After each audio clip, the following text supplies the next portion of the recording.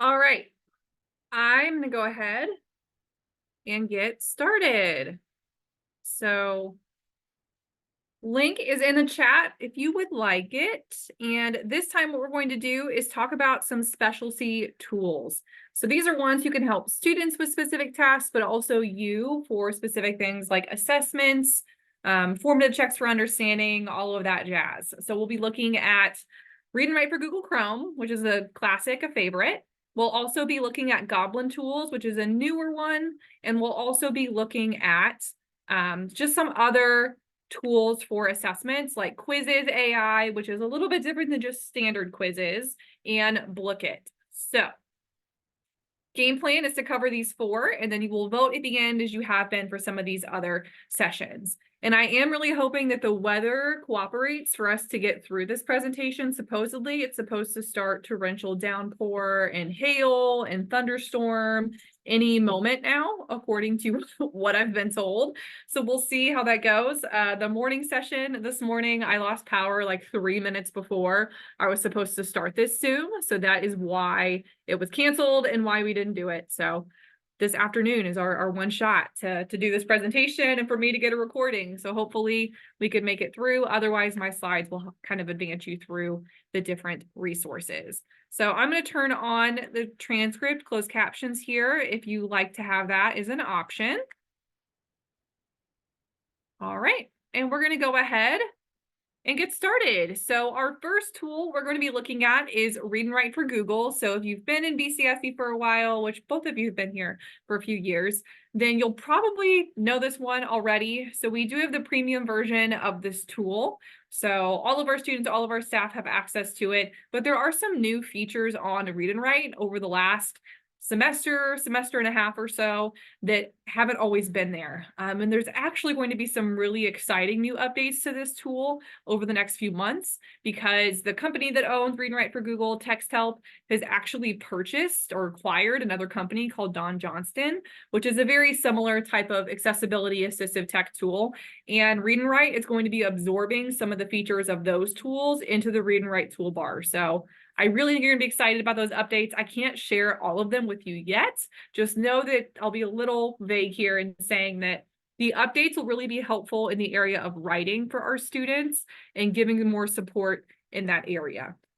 So those are probably going to be available on Read&Write, I would say maybe around this time next year, hopefully sooner, but you'll certainly receive communication from me when that time comes. So Read&Write for Google has lots of accessibility features for our students, and in the spirit of universal design for learning, that's why all of our students have access to it. So anyone, anytime, anywhere in BCSE can utilize this tool as long as they're using Google Chrome.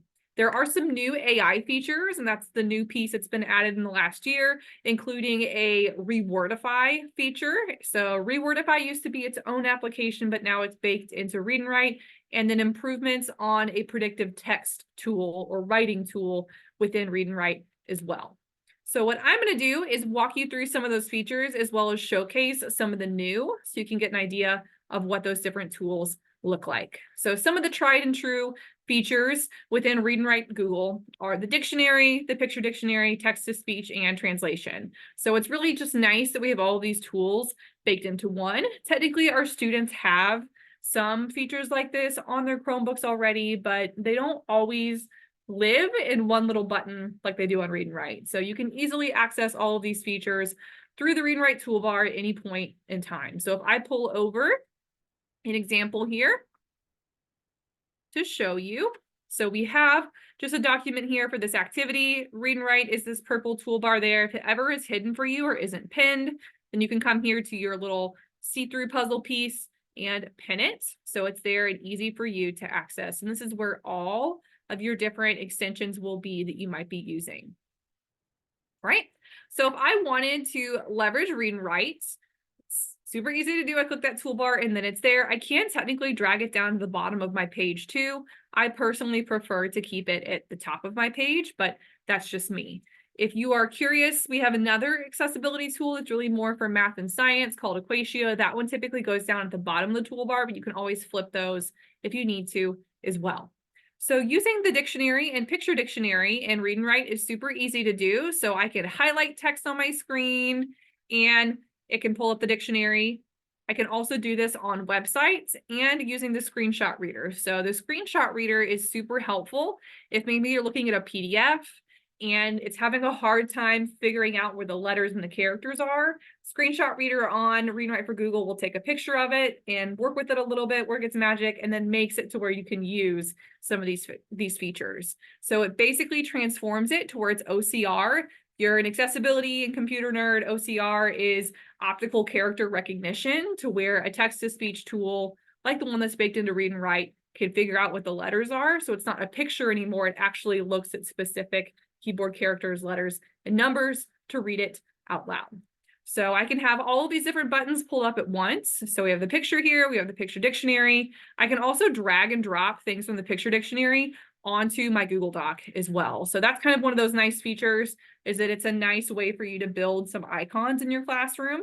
If you would like, use those on signs and similar. We also have the text-to-speech button, which is just this play, pause, and stop. So I can highlight any item on here. Learn about new educational technology tools and/or explore new features of familiar favorites. And it's there. I will say that it's a little robotic in the way it sounds. I don't personally love that, but there aren't a whole lot of great alternatives out there quite yet that work really well with Chrome and Chromebooks at least. So if I do want to change that voice, there are ways that your students can change that. Some of our students prefer to have a male voice, while others maybe want a female voice. If I ever wanted to change my text-to-speech voice in Read and Write for Google, I'll pull up my toolbar, then I'll click this little 3-dot button and click Settings. And here is where I have more bonus features and things that aren't super obvious, but are helpful to know about. I used to go through this with my students on like the first few weeks of school, so they can configure their settings, maybe revisit it at the semester if they needed those reminders. But here is where my students can change their voice. So some of these are ones where actually you can actually change and translate content using Read and Write, and then you can pick a voice that kind of goes along with that if you would like. And some of our students might like that if they are ELLs, MLLs, or if they're from a different place and want to have some of that nostalgia. All right. Other voices that are on here is you can actually adjust it to where it speaks on each word or on each sentence. And then you can also have translation down here as well. So if I wanted to translate content for me, I can select that language and it will translate word by word or the entire phrase. Some of the other features on here in Read and Write that you might want to check out: by default, all of these buttons will be turned on for you, but you can technically go through and have some of these toggled on or off. I like to have them on just because I want to see all of the things that can help me out. And that's usually what I would have my students do, but it's up to you on what you would like. For theme, you can also change it from light mode to dark mode. Some of our students might prefer that. And then features is where you can toggle things on and off. I always like to keep it all on, but that again is just my personal preference. So there we go. That is Read and Write and how you can customize some of the language pieces. And if I wanted to translate any of this, it's super easy to do. So I pick that language on my speech part here, what I want it translated to. And then if I need to have it translated, I can highlight the different words and pieces and it will apply that setting. So I'm going to toggle out of my settings here really quickly for you so you can see it. And I close the toolbar. That's what I get. All right. And translate. All right. And then it's only doing a couple words right now, which is interesting. It's not loving my formatting on this document, which is probably my own fault. But it translated it into Maori as the language I selected. So that's an option for your students. The really cool thing is that if I'm on like a third-party website, like this one, the CAST website, and I want to use Read and Write for Google, then what I can do is pull up the toolbar here and select the screenshot reader. And if I wanted this to be able to read it out loud for me, I just select the content that I want. It's going to think here for a second. You know that it's thinking and trying to make it change the world where it can read it out loud because it has like that color that's moving around the outline of the shape that you made. So it reads it out loud for me. I can copy and paste this somewhere else. And it just adds in that extra layer of accessibility and flexibility for our students. All right, so that is Read and Write, some of those basic features in a nutshell. A few other things to be mindful of are these new AI features. So some of them will only appear depending on what type of resource you are looking at. So Rewordify actually used to be its own company. I'm going to pull this up so you can see the logo to see if it looks familiar to you. I know I've presented on it for a couple years here in BCSC and sprinkled it in to other places. So this is Rewordify. The company Text Help that owns Read and Write partnered with Rewordify to where this feature is now a button on the Read and Write for Google toolbar. So what Rewordify does is kind of like what the name implies. You paste in any text or pull up a website and it changes the words so they might be a little bit more comprehensible to our students and easier for them to understand. Things that are still on this tools website that I do recommend, because I know we have some English teachers on here and some social studies teachers. They have some nice primary sources and documents and classic works of literature and novels on here where they've rewordified the whole thing. So if you have some students who might be struggling with the reading level of a text that you're wanting to use, this is a great place to go because it's leveled out for you and it's super easy. It's totally free. It's made for teachers by teachers. And you can search by the different classic literature pieces here or just search up here. If you make an account, the benefit of that is you can go in and it can give you some additional vocab and comprehension activities that go along with those different documents that have already been published on here.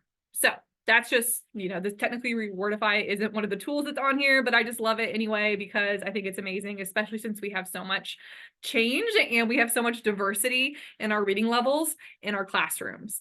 The other AI tool that's been in Read and Write, it's actually been there for a while, but it got a lot more improvements and adjustments over the last few years. It's this prediction feature. The only thing with prediction is it's only available if you're in a Google Doc. So I'm going to I keep toggling back and forth because this is what happens. I want to show you on the screen and then also show you in the tool. So wrong one. Where did it go? Here we go. Now I have too many tabs. Okay, so the predict it or check it feature that's in Read and Write only is available if you're typing in Google Docs. If you try to use this on a slide, or if you look here, that button just disappeared.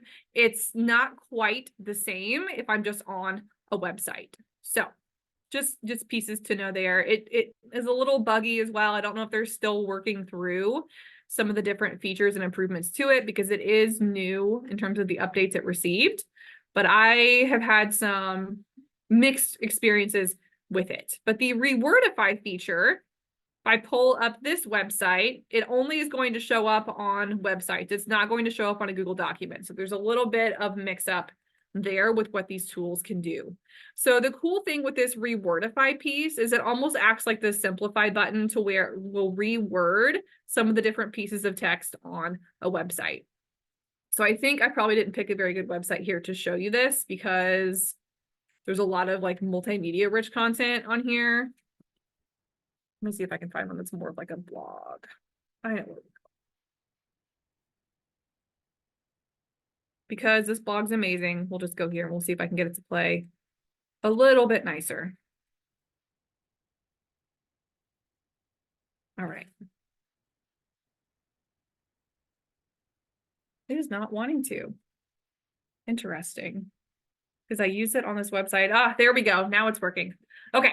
So if you notice, when I did that Rewordify button, it made this paragraph of text significantly shorter. It chopped off entire sentences and words. So what it will do is adjust the reading on a specific website so it simplifies the text for you. I still think that it needs a little bit of improvement myself personally, but you also have the simplify button here too that can adjust the Lexile level for your students. So those are the two new AI tools, and there's going to be a significant amount of improvements to those over the next few weeks, according to what Read and Write shared with us on a webinar about a week ago. The other cool tools in Read and Write that I want to show you that don't get as much attention, but certainly deserve them. I already showed you the screenshot reader there, and I feel like that's a lesser known one that's pretty spectacular. The other two are just the highlight feature, but also the vocab list generator. Those are two of my favorite tools and features, just because note taking is a kind of a difficult skill for some of our students, and it's something that they have to be taught. They just don't know how to innately do it. And this can certainly help provide some scaffolding in that area. So what this does is it has all of these different highlighter buttons. So your students can go through, mark up a document, and then if you click the Collect Highlights button, it takes all the things they've highlighted and puts it in a Google document, names it after whatever website or article that they were highlighting and marking up. And then it has a link to that original source. And it's just really easy for the students because it's already in their Google Drive. And then the vocab activity tool is a little similar to that. And then it creates a document that has a vocab table and list for students. So if I'm here on this website and I just start highlighting different things here, I want this in yellow. I want this one. And I'm just doing random sentences here too. So if you're like, why is she highlighting like half a sentence? Because for the sake of time, I'm just going to do a few. Okay. And whenever I am ready to take all of those notes, I'll do this collect highlights. It's going to ask me which ones I want it to take. I'm just going to do all of them in this example. Going to think for a second. Make a Google Doc for me. And then it will open that in a new tab and it saves it in my Google Drive. And here we go. So original text is here. Highlights are all there. So now I have a note-taking document all good to go for me.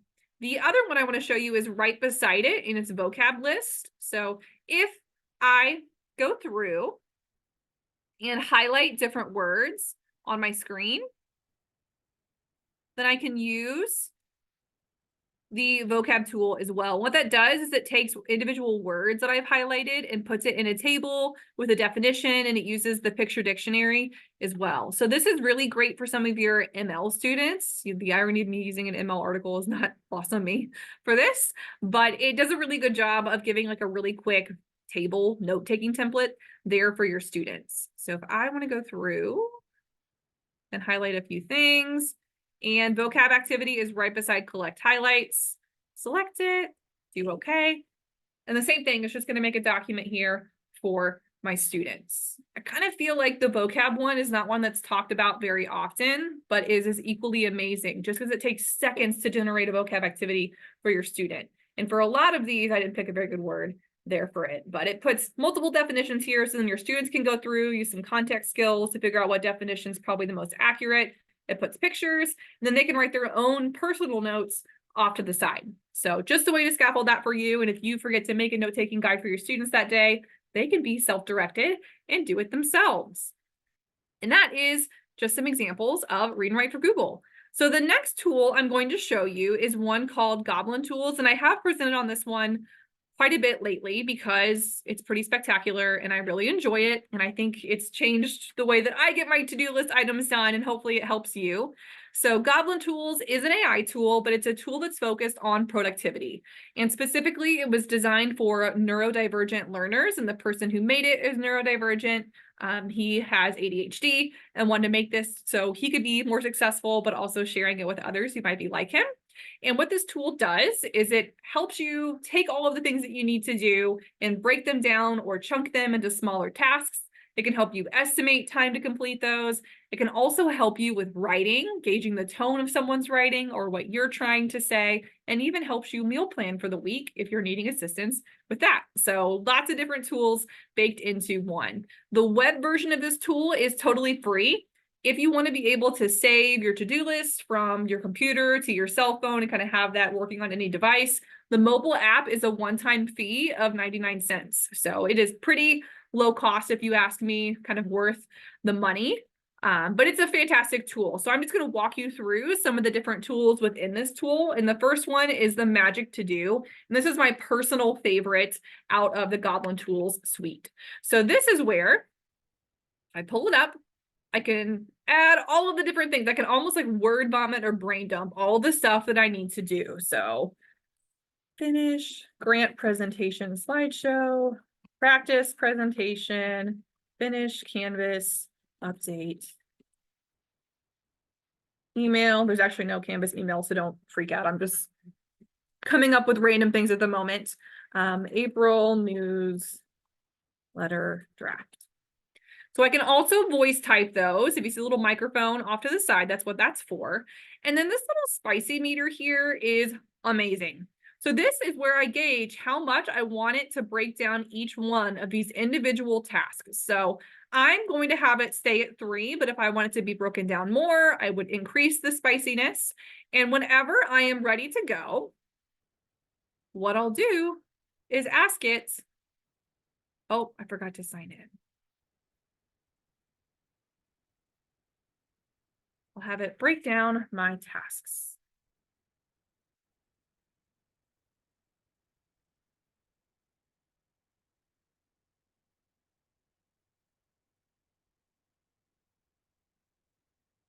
Why is it not working for me? I'm just like failing on all these fronts with you all today.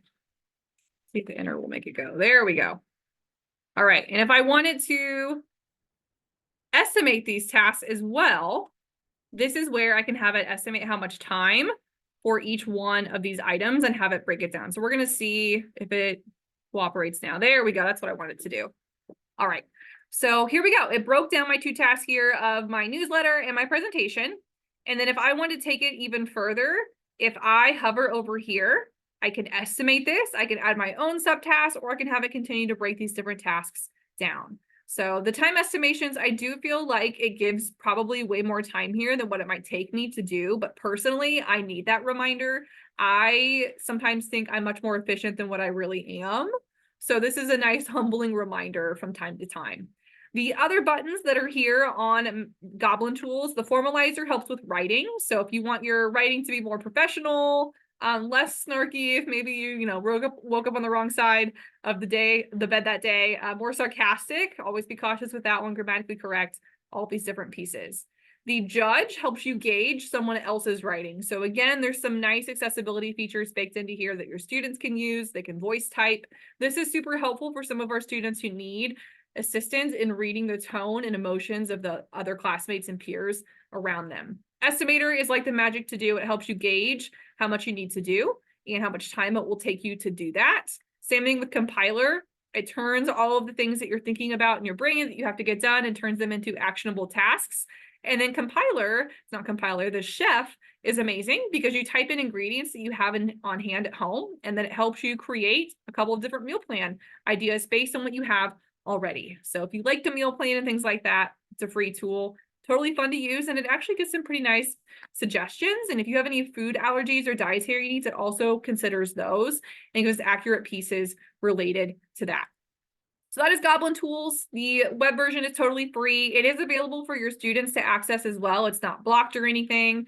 And I've been using this tool personally and love it. I actually paid for the cell phone app just because it's helping me get my to-do list items done. But if you want to have your students use it, they certainly can do that. So the next 2 I'm going to show you are more assessment focused type of tools. So the first one has been around for a little bit. It's called Blooket.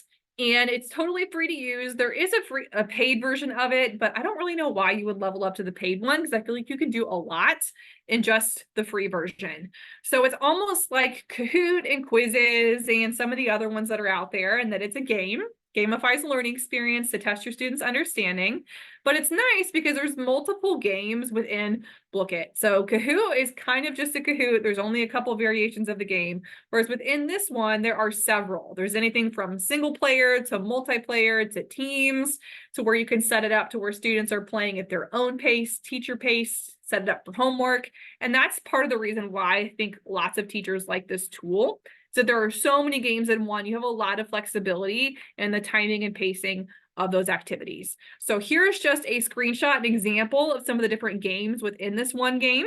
I've played several of these at this point. I teach a college class and my students love using this as a review to start off class. I guess it's nostalgic for them is what they told me. And I'm like, you're only like 20 years old. What are you talking about things being nostalgic? But it is what it is.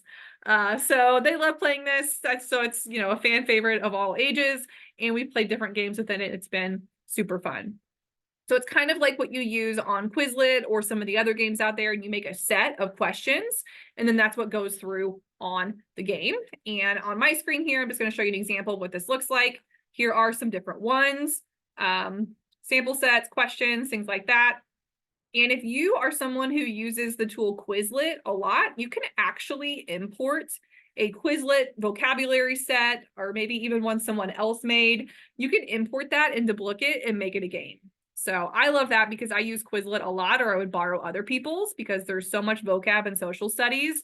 And this made it super efficient for me to go and easily do that. So if you go to Quizlet, pull up a Quizlet deck, there's this like little 3-dot button. And that's where you could copy all of your terms into a file format, and then you paste that into Blooket, and it makes it a game in like 2 seconds. It's very, very easy to do. And I have tutorials on that on my YouTube channel, but it's also just super easy to find if you just Google it. So that saves you time in just making a quiz itself. And then what's nice is that it's just fun for the students to do. So I like Blooket because I think it's a fun activity and the students really enjoy doing it. Anytime I go into a classroom and a teacher's playing with this game, all of the students are highly engaged. They're having a great time. And whenever I want to use any one of these games, I can do a sign. So the students kind of go through it at their own pace. It's not me leading the whole class doing it. Or if I do host, that's kind of an in the moment, more of an option. Now, depending on what game I select here, it still can be student paced, but these are ones that I'm hosting in real time, and I'm seeing that data and seeing how students are doing. And whenever you have students complete games in Blooket, you can export the data into a spreadsheet if you like to visualize that and have follow-up conversations with students on how they did, or areas where they might need to do a little bit more reviewing or remediation. So that is Blooket. It's totally free, and there's fun little music and things in the background. And as students play, they actually can cash in their correct answers and points to kind of sabotage their peers depending on the game. And they can also style their little Blooket characters, which are like those little goofy looking shapes that are on the logo. So some students really like that. They just have to have an account to be able to do that. So all of our secondary students have access to. It's our elementary students who don't have full access to do that just because of some of the age requirement pieces. So last one I'm going to show you is this new version of Quizizz. So I kind of referenced Quizizz already in saying that it is a study tool, but like many other tech tools on the market, Quizizz has decided to join the AI trend and the AI frenzy that's out there, and they have added in a specific AI version of Quizizz.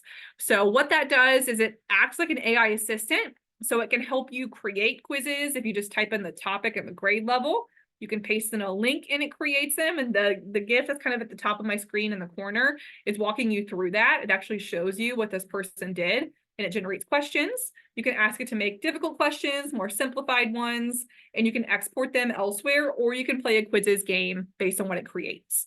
So I'm going to pull this up for you so you can see what it looks like. So Quizizz does have a free version and a paid version. This AI part is totally free, and I don't believe they're going to change that anytime soon. So don't feel like this is going to be behind a paywall. I spoke to our regional rep the other day and said, I don't want to show this to my teachers if it's going to be something that's expensive and it turns into paid. And he says it's not going to. Hopefully he wasn't just giving me smoke, but let's hope that this is actually staying free because I think it's spectacular. So if I pull up Quizizz, it actually is nice because it walks you through how to do this on your own the first time. So it has nice little tutorial videos here, people talking about how amazing it is. And I'm actually going to log in. I thought I already had, but apparently I had not.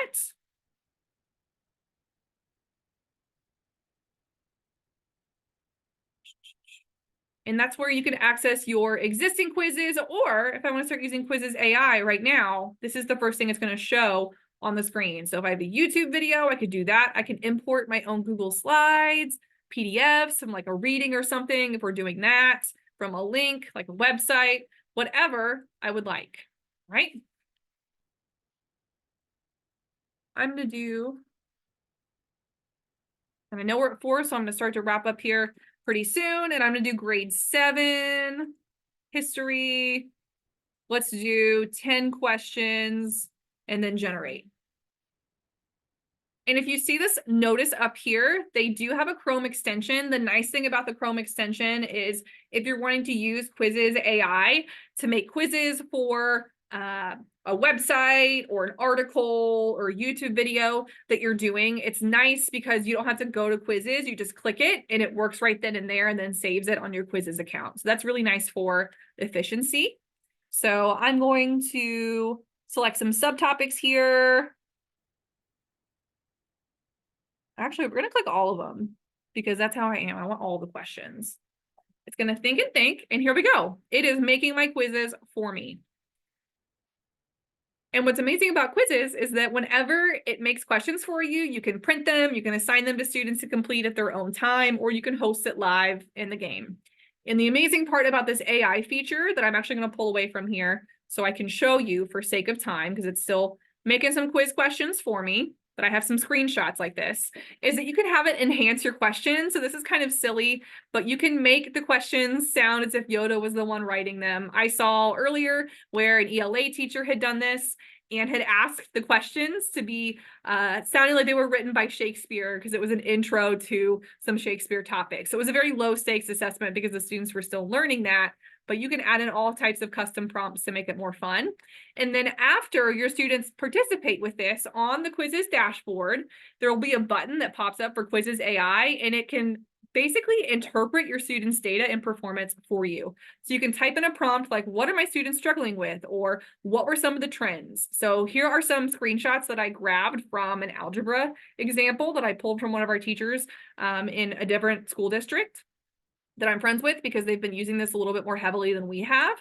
So it shows me accuracy here. It does question by question item analysis. So it kind of cuts out all that time that you would spend digging into data and gives you some nice summaries and some suggested next steps for your students so that you know where to go, you know who needs extra remediation and support, and then it even can create follow-up questions for those students. So it's amazing. It really does act like an AI assistant for you and doing some of the data pieces that aren't super heavy and fun.